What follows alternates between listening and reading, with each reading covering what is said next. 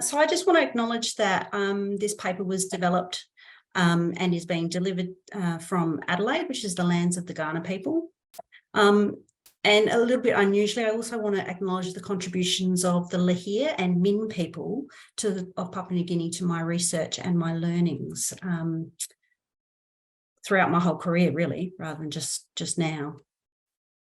So basically, this paper has developed out of being on both sides of a HREC, so being a researcher and then more recently being a HREC member. And I've had some interesting experiences over the last couple of years. And so I was really thinking about this relationship between the two. So I went to the literature recently and these two quotes are kind of a lovely summary of the very different perspectives that you can get. So Gillen et al. Say, most researchers think that HRECs are obstructive and power hungry. Whereas Lindorf says, I view the role of HRECs as technical experts in the ethics of research, an invaluable resource for adding value. So part of what I'm doing today is trying to think about those two very different perspectives. So Paul has given a lovely kind of overview of some of where I work, but here's a couple of photos. The top one is around about 20 years ago in the Lihir Islands of Papua New Guinea. And the bottom one is just pre-COVID up in the highlands with the Min people. And so my research is really, it has a range of ethical issues associated with it. So it's cross-cultural, it's generally very multilingual. So the bottom photo, I'm actually translating between about 3 different languages, or they're partially translating for me as I'm trying to understand some conversations that are going on. My research is qualitative, but it does look at medical and health contexts. It's ethnographic, so often it's really hard to anticipate issues that might arise during the research because it's often long-term as well. So I've been working in the Lihir Islands since 1997, and people know me really well up there now. And my topics are often kind of fall into the little bit difficult basket, the hard basket. So things like death and grief, talking to people about these difficult subjects, going to funerals and so forth, maternal health, access of women to healthcare, also issues of gendered violence. Quite often I found that the national statement didn't necessarily cover things as well as I would hope. It's kind of hard to work out the quite right words for it. So there was a lot of ethical issues that arose out of my research. And part of what that led me to do was actually decide I wanted to be on my university's HREC because I could see similar issues coming up in some of my PhD students' research. And I wanted to get a better sense of what was going on my HREC, but also to offer that qualitative expertise to the HREC. So I've been on our low risk review group at the University of Adelaide and then our full HREC since 2020. So this particular paper partially comes out of listening to kind of people making interesting comments in corridors, a lot of angst directed at the HREC, and a lot of misunderstandings, having been on it, starting to understand that better. And then some difficult cases, and I don't want to break confidentiality or anything, but there was a particular one that really got to me where there was a research project about Indigenous people, and we've had some content in this conference about the need to work with the IATSA statement and to do research, not just, on or for Indigenous people, but with or by Indigenous people. And this was a particular research project where that wasn't the case. And then the researchers got quite frustrated with the ethics committee and relationships became very tense because we were insisting that they do follow the IATSIS code and that they do involve people, and there is clear benefit to Indigenous people. It's not just drop in, get the data and disappear with it. And it became really difficult. And so I thought, what does the literature tell us about this relationship? So I went to the literature, and this is my little picture of what is actually kind of going on. A lot of this research is in the field of social science and humanities, and these are some of the characterizations of HRECs that you see. So the HRECs are more geared to biomedical research. They're very positivist and universalizing, that sometimes they gatekeep or overstretch their mandate, that perhaps they lack knowledge in the breadth of research techniques. Paternalistic was one of the terms that came up in the literature in terms of a bit overbearing in trying to protect participants at points who should be able to make their own decisions. Overly focused on compliance and audit, that they perhaps are there to protect the institution rather than protecting participants or researchers, and that they can be adversarial. So there's a whole range of characterizations that you see of HRECs in that literature. And this is literature that's all come out since about 2005. So it's relatively recent. It's all in the last 15 years. And there was a lot, believe me. So if you look at this critical material, most of it is not based on research about what HRECs do. It's more coming from the perspective of a battle story. This is what happened to me. This is what went wrong when I went to apply for ethics consent. This is the impact on my project. Some material demands that social sciences should be exempt from review processes because the risks are not significant.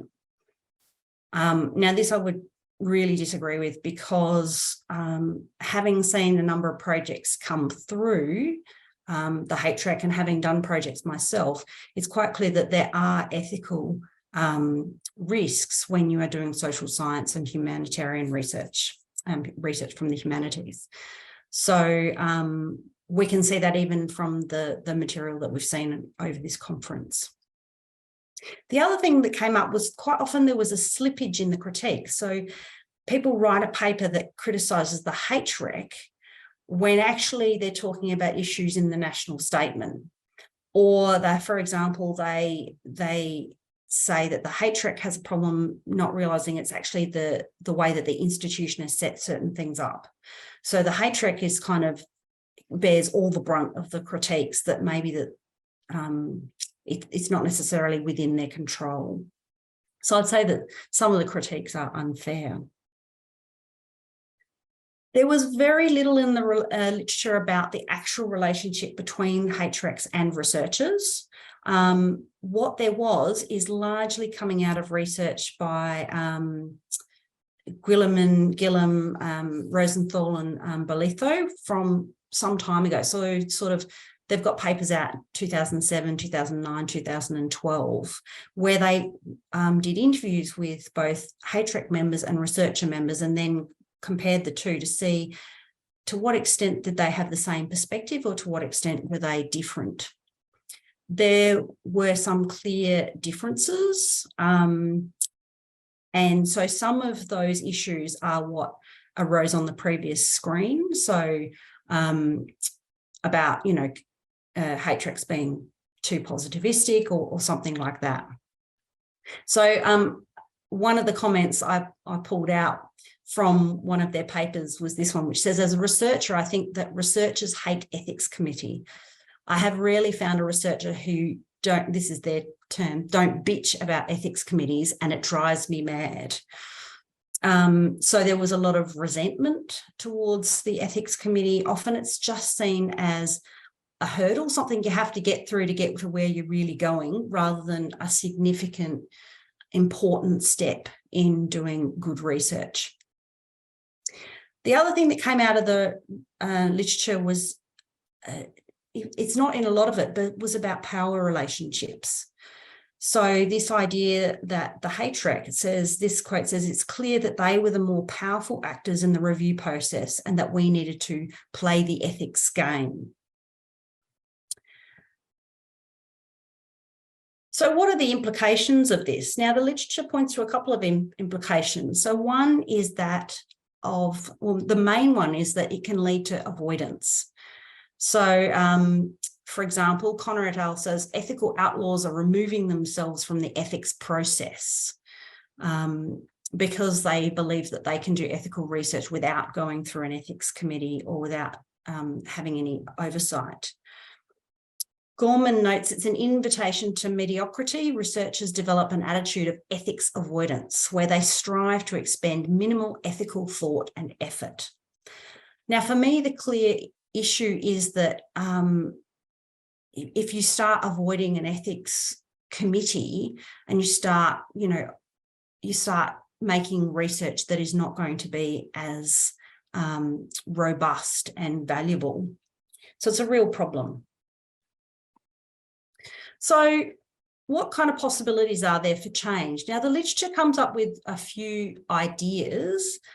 Some are alterations to the HREC themselves, and some are options beyond HREC. So I found it really interesting listening yesterday to the Norwegian model of ethics committees, where there's the idea that there's a specific committee for social science and humanities.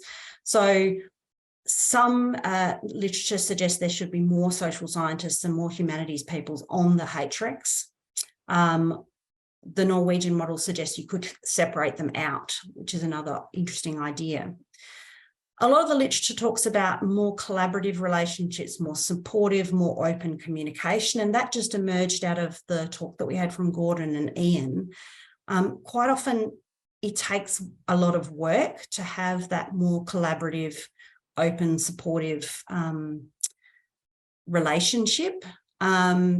Personally, having been on the HREC for a little while, I've started actually going and giving talks to our postgrads and, talking to people in corridors about, look, just go and ask the ethics people because they're seen as very remote. Go and talk to the ethics committee, go and talk to the secretariat. They're there to actually help you. Some literature asks for greater trust in the researchers. And this was one of the charges that came out of that difficult project, that the researchers said we should trust them more. But it's hard to know exactly how to develop that trusting relationship when two sides are feeling quite adversarial. One that's also come up during this conference is the need to resource HRECs better. This was called for way back in 2002 by Susan Dodds. I don't think the resourcing has got much better. It's probably worse, knowing the neoliberal university context. But that's a really important thing. So being able to have the time, being able to have enough support for the HREC is really important. Beyond the HREC, so the idea about training researchers more in ethics, more in the national statement and the role of HRECs, the idea of actually that global ethics piece that we heard about earlier today, the code, that was really interesting. So more training would be great. But to see ethics as not just a one-off tick box approval, but actually an integral part of research is really important. A really interesting idea also was the idea of a resident ethicist in a university to support open discussion and consultation. So separate from the HREC, but someone that someone can go to.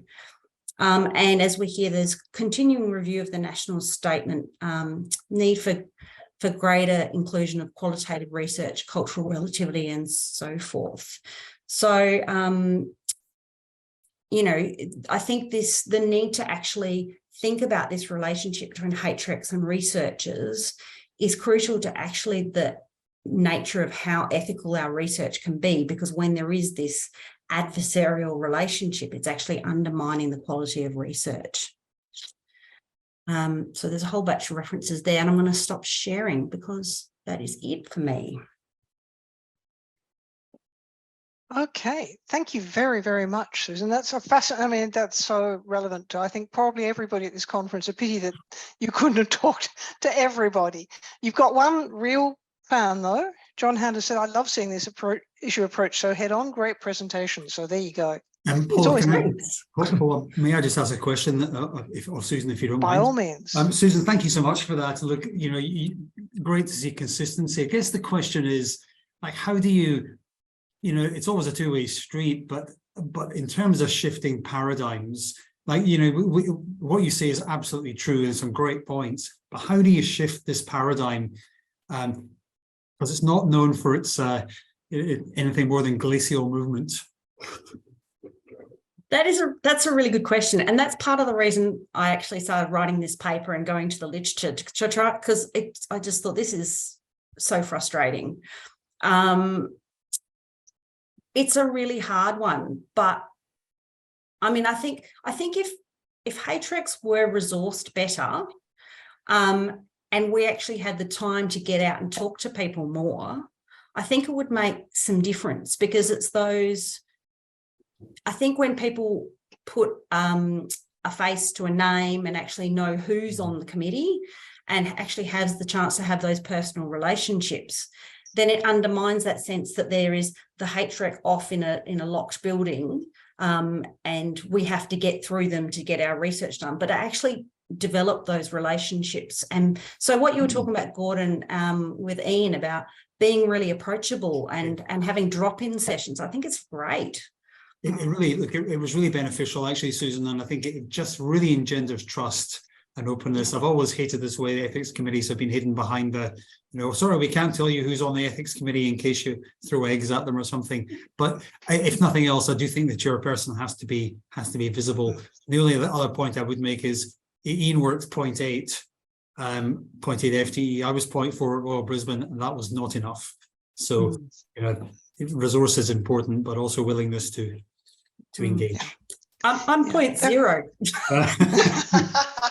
I'm 0.2. You're a good sword. You're a good sword, as are you, Paula. Anyway, over to you, Paula. Sorry. Okay, thanks, Gordon. Yeah, as a former IT professional, before I came back to do my PhD and go back to being an academic, I was in fact an IT project manager. And one of the things that I like to do when I'm training students and staff about ethics is to say to them, look at it as IT project managers do. See an ethics application as being project management. It lets you get all your resources lined up, work out who you have to talk to and what restrictions you might have about that, so that by the time you go out into the field, you've got all your ducks lined up and you're not going to get yourself into strife. And that seems to be something that people can relate to. So I don't know if that's helpful, but it seems to work for us.